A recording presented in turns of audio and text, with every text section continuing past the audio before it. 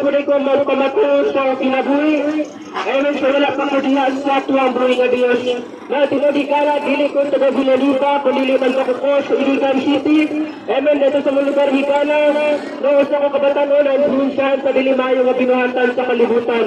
Usa kabatanon hikala nga sumusukoy sa ginikanan. Amen, ang laktod sa pagka-istorya hikala, 13 anyos pa lang nagsugod sa mga bisyo, apar ka ng tanan hikala, ano na yung consequence ko na hitabo sa ako ang kinabuhi. No, tuwing 2019 hikala, ano na sa kabatanon, yung gusto mo patay ka na ako, laktod sa pagka-istorya hikala, iya ka tumatuman niya kagustuhan. Iya, ang titigba hikala, critical ang pahinta sa hospital. No, sa laktod sa pagka-istorya hikala, nakapangutana sa kaugalingon, nga nung gibuhay ko sa Diyos, nasa ako ka makasasala kabatanon.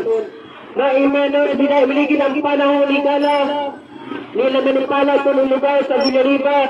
Imeno sa kapatanon ng pala ng lugar.